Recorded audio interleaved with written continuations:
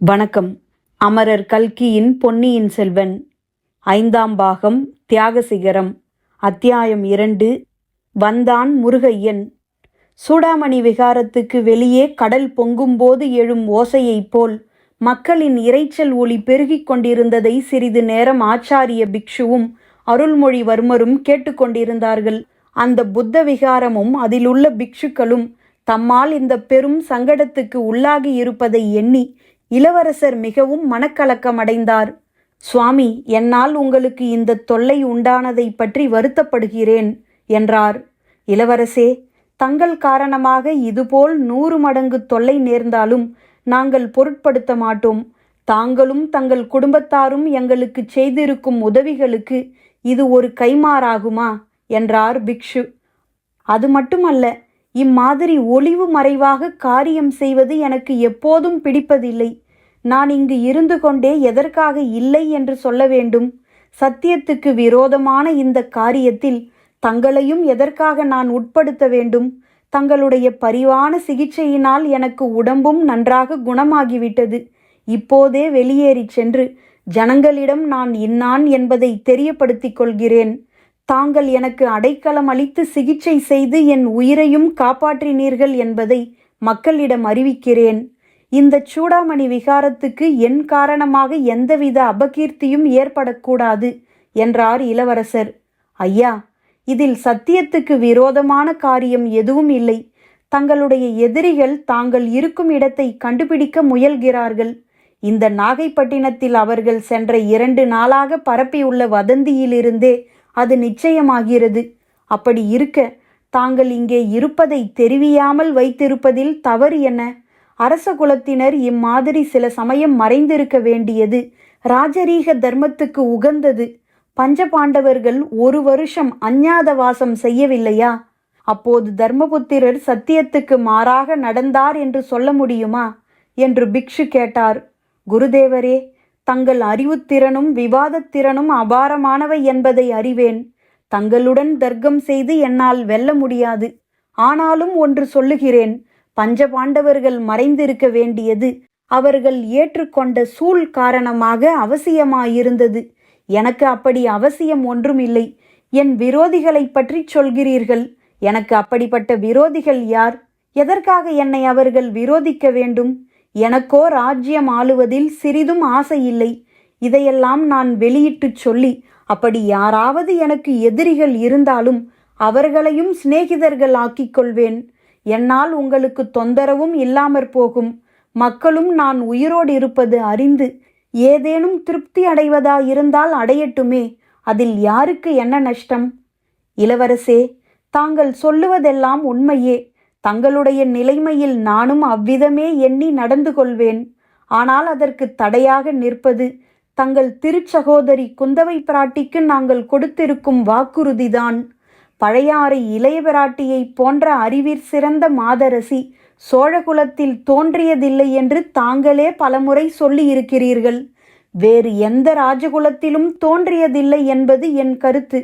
அவர் தாம் செய்தி அனுப்பும் வரையில் தங்களை இங்கே வைத்து பாதுகாக்கும்படி சொல்லிவிட்டு சென்றார். முக்கியமான காரணமின்றி அவர் அவ்விதம் சொல்லி இருக்க மாட்டார். சுந்தர சோழ சக்கரவர்த்தியின் குடும்பத்துக்கு விரோதமாக சோழ நாட்டு சிற்றரசர்கள் பலர் சதி செய்வதாக நாடெல்லாம் பேச்சாக இருந்து வருகிறது. மற்றொரு பக்கத்தில் பாண்டிய நாட்டைச் சேர்ந்த சிலர் இரகசிய சதி வேலை செய்து வருவதாகவும் பேசிக்கொள்கிறார்கள். அந்த கூட்டத்தாருக்கு இந்த புத்த விகாரத்தில் உள்ள நாங்கள் உதவி செய்கிறோமோ என்று எண்ணித்தான் ஜனங்கள் ஆத்திரம் அடைந்து வாசலில் வந்து கூடியிருக்கிறார்கள். இந்த நிலைமையில் தாங்கள் வெளியேறி மக்களின் முன்னிலையில் தங்களை வெளிப்படுத்திக் கொள்வது உசிதமான காரியமா? யோசியுங்கள். அதை காட்டிலும் தங்களை பாதுகாக்கும் முயற்சியில் எங்களுக்கெல்லாம் ஏதேனும் சங்கடம் நேர்ந்தால் நேரட்டுமே. அதற்கு நாங்கள் ஒரு நாளும் பின்வாங்கப் போவதில்லை. இவ்வாறு தலைமை பிக்ஷு சொல்லிக் கொண்டிருந்த போது இன்னொரு இளம் சந்நியாசி அங்கே பரபரப்புடன் வந்தார். சுவாமி, நிலைமை மிஞ்சி போய்விட்டது. ஆயிரக்கணக்கான மக்கள் சூழ்ந்து நின்று இளவரசரை பார்க்க வேண்டும் என்று கூச்சலிடுகிறார்கள். இளவரசர் இங்கே இல்லை என்று நாங்கள் எவ்வளவு சொல்லியும் பயனில்லை. நாங்களே விகாரத்துக்குள் வந்து சோதித்து பார்க்க வேண்டும் என்று கூச்சலிடுகிறார்கள். அவர்களுக்கு நாம் ஏதாவது ஒரு வழி சொல்லாவிட்டால் பலாத்காரமாக உள்ளே புகுந்து விடுவார்கள் போலிருக்கிறது என்றார். அவர்களுக்கு நாம் என்ன வழி சொல்ல முடியும்? புத்த பகவான் அவர்களுடைய மனத்தை மாற்ற ஏதேனும் வழி கூறினால்தான் உண்டு என்றார் தலைமை பிக்ஷு. இளவரசர் அப்போது, குருதேவரே, எனக்கு ஒரு வழி தோன்றுகிறது, கருணை கூர்ந்து கேட்க வேண்டும். தங்கள் சீடர்கள் நான் இங்கே இல்லை என்று ஜனங்களுக்கு சொல்லி இருக்கிறார்கள். இனி நான் ஜனங்களின் முன்னிலையில் போய் நின்றால் தங்கள் சீடர்களின் வாக்கை பொய்யாக்கியதாகும். அதனால் ஒருவேளை ஜனங்களின் மூர்காவேசம் அதிகமானாலும் ஆகலாம் என்றார். நிச்சயமாய் ஆகியே தீரும். அதன் பலனை நாங்கள் அனுபவிக்க வேண்டியதுதான் என்றார் பிக்ஷு. அதை காட்டிலும் தங்கள் சீடர்களுடைய வாக்கை நான் மெய்யாக்கி விடுகிறேன். இளவரசே, தங்களால் கூட அது முடியாத காரியம் என்று நினைக்கிறேன். இவர்கள் சொன்னதுதானே, அதை எப்படி இனி மெய்யாக்க முடியும்? அதற்கு வழி இருக்கிறது. ஜனங்கள் இந்த விகாரத்துக்குள் புகுவதற்குள்ளே நான் இங்கிருந்து போய்விடலாம் அல்லவா? ஆகா, எங்களை காப்பாற்றிக் கொள்வதற்காக அத்தகைய பாவச் செயலை நாங்கள் செய்ய வேண்டுமா? தங்களை வெளியேற்ற வேண்டுமா? குருதேவரே, இதில் பாவமும் இல்லை, பழியும் இல்லை. இங்கிருந்து அரைக்காத தூரத்தில் ஆனைமங்கலத்தில் சோழ மாளிகை இருக்கிறது. அன்றைக்கு என் சகோதரியை பார்க்கச் சென்றபடி இப்போதும் உடனே கால்வாய் வழியே அங்கே போய்விடுகிறேன். பிறகு சௌகரியமான போது திரும்பி வந்துவிட்டால் போகிறது என்று சொன்னார் இளவரசர். ஆச்சாரிய பிக்ஷுவுக்கு இளவரசர் கூறிய அந்த யோசனை பிடித்திருந்ததாக தோன்றியது. ஆமாம், அப்படி செய்தால் தங்களை உடனே வெளிப்படுத்தி கொள்ள வேண்டிய அவசியம் இல்லாமற் போகும். தங்கள் தமக்கையின் கருத்தையும் நிறைவேற்றியதாகும். ஆனால் கால்வாய் விகாரத்திலிருந்து வெளியேறும் இடத்திலும் ஜனங்கள் நிற்கலாம் அல்லவா? அவர்கள் படகில் தாங்கள் போவதை பார்க்கக்கூடுமே என்றார். குருதேவரே, அதற்கு ஓர் உபாயம் செய்ய முடியும். கூட்டத்தில் உள்ளவர்களில் யாரேனும் ஒருவன் விகாரத்திற்குள் வந்து தேடி பார்த்து கொள்ளலாம் என்று சொல்லுவோம் என்றார் இளம் பிக்ஷு. ஒருவன் வந்து பார்த்தால் போதாதா? அவன் வெளியிலே சென்று மற்றவர்களிடமும் சொல்ல மாட்டானா என்றார் குரு. அவனை இங்கே கொஞ்சம் தாமதப்படுத்தி வைத்திருந்தால் அதற்குள் இருட்டிவிடும். இளவரசர் வெளியேற சௌகரியமாயிருக்கும். அது மட்டுமல்ல, சீக்கிரத்தில் ஒரு பெரும் புயல் அடிக்கலாம் என்பதற்கு அறிகுறிகள் தென்படுகின்றன. இங்கிருந்து பார்க்கும்போதே கடல் அலைகள் மலை போல் எழுகின்றன. கடலின் ஆரவாரமும் அதிகமாகி வருகிறது. புத்த பகவானுடைய கருணை அப்படி இருக்கிறதோ என்னமோ, பெரும் புயல் அடித்து நம்முடைய இந்த சங்கடம் தீர வேண்டும் என்பது பகவானுடைய சித்தமோ என்னமோ என்று கூறினார் இளம் பிக்ஷு. அப்படியெல்லாம் சொல்ல வேண்டாம். நம்முடைய சங்கடம் தீருவதற்காக கடல் கொந்தளித்து பெரும் புயல் வர வேண்டுமா என்றார் குரு. சுவாமி, தங்கள் சீடர் சொல்லும் வழியை பரீட்சித்து பார்க்கலாம் என்று எனக்கும் தோன்றுகிறது. உள்ளே ஒரு தனி மனிதன் மட்டும் வந்தால் ஒருவேளை அவனிடம் நான் பேசி அவன் மனத்தை மாற்றுவது சாத்தியமாகலாம் என்றார் இளவரசர். அந்த யோசனையும் என் மனத்தில் இருக்கிறது. 2 தினங்களுக்கு முன்பு கோடிக்கரையிலிருந்து ஒரு படகோட்டியும் அவன் மனையாலும் விகாரத்தின் வாசலில் வந்து இளவரசரை பற்றி விசாரித்தார்கள். இளவரசர் இங்கேதான் இருக்க வேண்டும் என்று சொன்னார்கள். படகோட்டியின் மனையால் பெருங்கூச்சல் போட்டாள். ஆகா, அப்படிப்பட்ட படகோட்டி யார்? அவன் பெயர் என்னவென்று தெரியுமா என்றார் இளவரசர். ஆம், தன் பெயர் முருகையன் என்று சொன்னான். கோடிக்கரை தியாகவிடங்கர் மகன் என்று கூறினான்.